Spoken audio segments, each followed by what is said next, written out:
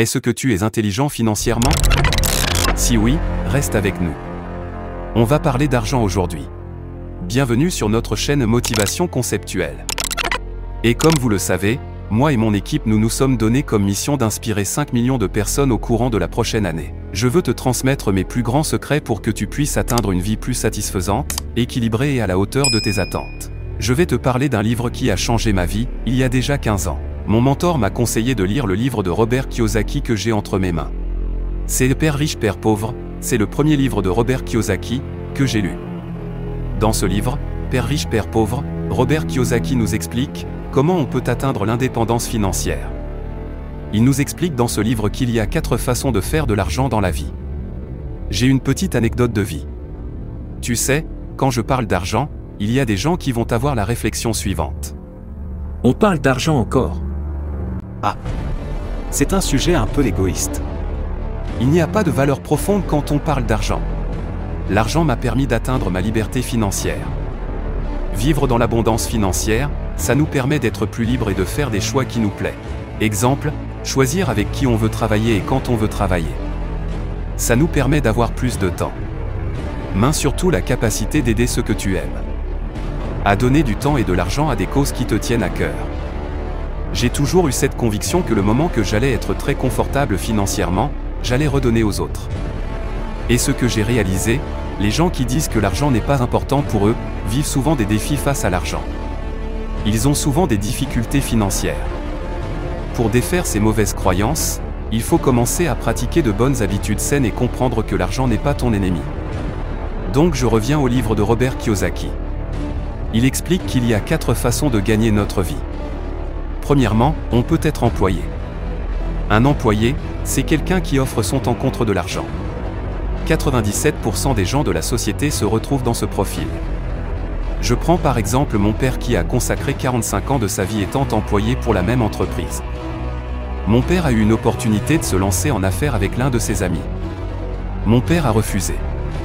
Mon père n'a pas du tout le profil d'un entrepreneur. C'est un homme qui est trop anxieux. Il a beaucoup de difficultés à vivre avec de la pression. Il faut apprendre à s'écouter. Il faut se respecter. Ce n'est pas tout le monde qui a le profil d'entrepreneur. Et c'est correct.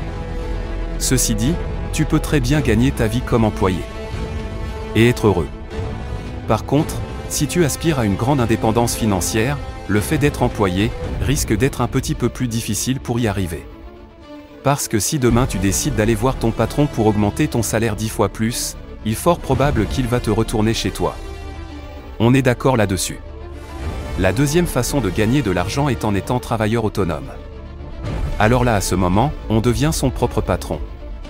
On travaille pour nous. Voici un exemple. Une massothérapeute qui est à son compte.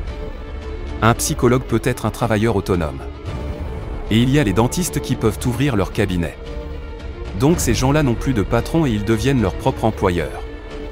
Mais par contre, si tu tombes malade ou encore tu décides de prendre un année off pour faire le tour du monde, tu ne seras pas rémunéré.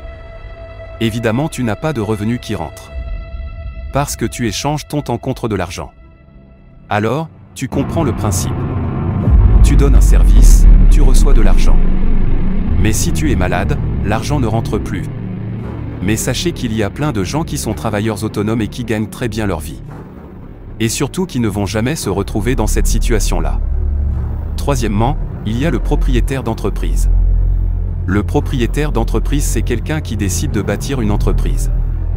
Cette personne-là peut même décider de vendre son entreprise si les chiffres d'affaires sont excellents. S'il a mis en place un système pour lequel l'entreprise fonctionne très bien, c'est gagnant. Il peut soit vendre l'entreprise ou investir un peu plus d'énergie sur d'autres projets lucratifs. Le dernier profil, c'est le profil d'investisseur. Mais tout d'abord, c'est quoi de l'argent passif? C'est de l'argent qui travaille pour toi. Si vous me suivez depuis un petit moment, vous savez que j'investis dans la blockchain et la crypto-monnaie depuis plus de 6 ans. Et il faut comprendre que je n'ai pas quitté mon emploi avant d'aller à temps plein en crypto. J'ai été longtemps salarié, je travaillais comme urbaniste pour l'État. Je gagnais très bien ma vie. J'avais une excellente sécurité d'emploi. Et j'avais une pension assurée. Pour moi, c'était très important. Mais le jour que j'ai lu le livre de Robert Kiyosaki, Je me suis dit, ça suffit. Je veux être libre. Je veux être libre financièrement. J'ai commencé à investir. Je n'allais pas quitter mon emploi drastiquement. Alors ça s'est fait graduellement. Et je suis allé temps plein comme investisseur. C'est la meilleure décision que j'ai prise dans ma vie. Il est important de s'écouter. Mes 2 questions restent en suspens pour toi. Quelle voie vas-tu choisir pour atteindre ta liberté financière? Veux-tu toujours continuer à échanger ton temps contre de l'argent?